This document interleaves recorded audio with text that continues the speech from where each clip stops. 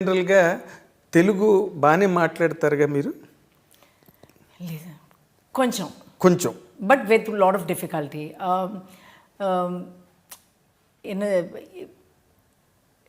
తెలుగులో మాట్లాడడానికి ఇష్టం, యూనో, బట్ రావట్లేదు. I think I just need more practice. I think that is my. రోజు మీరు ఒక అరగంట అయినా తెలుగు మాట్లాడుతుండాలి. I know I should take tuitions and at least you should keep on seeing Telugu films. Yeah, exactly. Something. I will. Ippudu after Attarintiki Daredi, what was your travel in Telugu film industry? How do you look at it? It was amazing. I think even though Mirchi was my first film that I did a comeback with, which also people really accepted it really well, but I think Attarintiki Daredi is the one that kind of brought Nadhiya closer to Telugu audiences. Masses. Classes. Everybody. You became a household Atta. I very well remember the first time director Vikram actually came to me with the subject, and when he narrated the script and gave me an idea of my character, I said, I don't know if I really want to do it. I don't know, because you might get stereotyped and I'll get the same kind of roles again and again.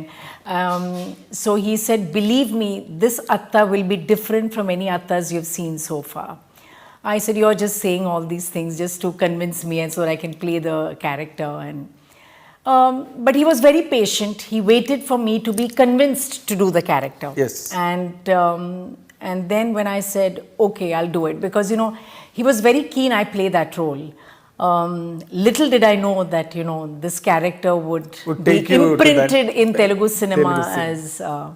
So I'm extremely thankful to him, and for him to have this foresight as to how well I would fit this character. Yes. So I have to give it to him. So it's my gratitude towards. Because why Trivikram told you that this makes a difference.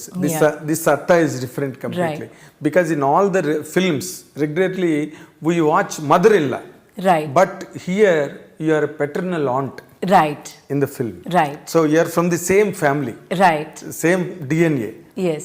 That too against power star Pawan Kalyan. Yes. That made all the difference. Of course, your elegance, your majesty, your grace in handling that character really multiplied the dimension of the film. Oh, thank you. To be very honest with you. Thank you. Because today, after your longest career, you don't need to be flattered at all. Because you have enough credentials in your career. Yeah. And your best of the movies in all the languages, in fact. Right. Tamil, Telugu, Kannada, Malayalam and all that. Yeah. Kannada, I haven't worked in Kannada films, but yes, Tamil, Malayalam and Tamil, Malayalam. But the curiosity lies there after Attarintiki Daredi. You were not too frequent on Telugu screen. Was there any apparent reason for that? No, nothing at all, because after that is when I did Drishyam. So just after Attarintiki Daredi, I was signed for Drishyam, and I did both the Drishyams 1 and 2, and then I did Na Peru Surya. I did do a few films. It's just that I don't take on many films one after the other. I like to give myself that break before I do another film. It's for me to kind of just come back more energized, come back with a better perspective. And for a woman, it's always hard to kind of balance home and work. So yes. I want to kind of, strike that balance. Strike the balance. Yeah, so as much as I can. Yeah, as much as you can. It directly means that you give a lot of importance and pay attention to your personal life. Oh yes, very much, because that is where my heart is, honestly. And I think, as I've always said, that cinema is my passion, but it's not my priority.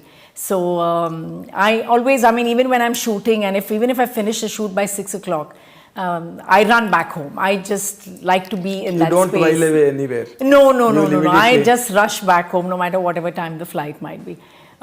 It's just my little cocoon, my home. Your small home. Yeah. Small home. Yeah, it's not house. Yeah, it's a small home. It's a home. Yeah, it's a home. But after being so busy and engrossed in a career that has left you pauseless for a few decades, how could you handle that life that has nothing to do with the cinema for a longer space? Oh, I think I absolutely enjoyed that phase of my life as well, because I never take my stardom very seriously. For me, this is all a big bonus in my life. What matters to me is all the small little blessings I see every day in my life. The time I can spend with my family, my friends, without carrying the baggage of an actor. I can just sit and say what I want and not being judged by, or anything of that sort. I just like that personal space.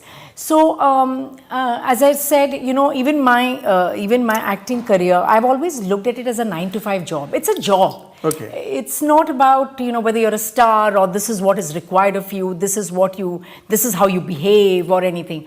For me, it's not all about that. When I'm on the set, that's my job. You're an actor. I'm an actor, and that's what I have to do my best. After once you're off the sets or off the screen. Then I'm not Nadhiya, then I'm Zarina, which is my original name. And so even when I go back, people half the time get confused, because some people don't know how to address me, whether they call you Nadhiya or they call you Zarina. Because my friends who are not from cinema, they all know me only as Zarina, and then people in cinema know me only as Nadhiya. So but I'm leading this dual life. You're double role. Double role in life. In life. Normally, it is for me, it is a very exciting moment now, because I have interviewed you almost 35 years ago in AVM Studios. I came to, you were shooting some Tamil film, right? AVM 8th floor. Right. I came there and I interviewed you, and I went and I wrote it. That's our Telugu magazine at the time. It was on the top. It was Jyoti Chitra. The next week, I brought it and gave it to you. But you do not know how to read Telugu. Then I would have made you read it. I would have asked you to read it. I read it and I explained it in English. And you felt so happy for all the content, and you commented one thing, still I remember. Wow.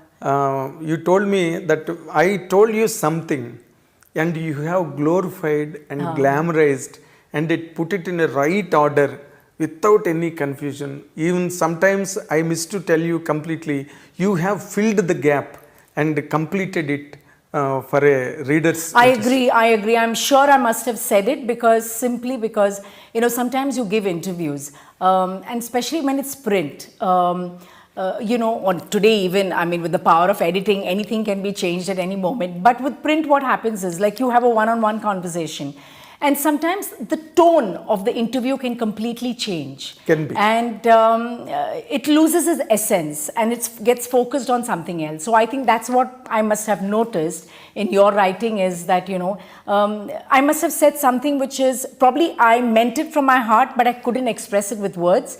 And you probably you got it, and then you kind of put it in words beautifully. So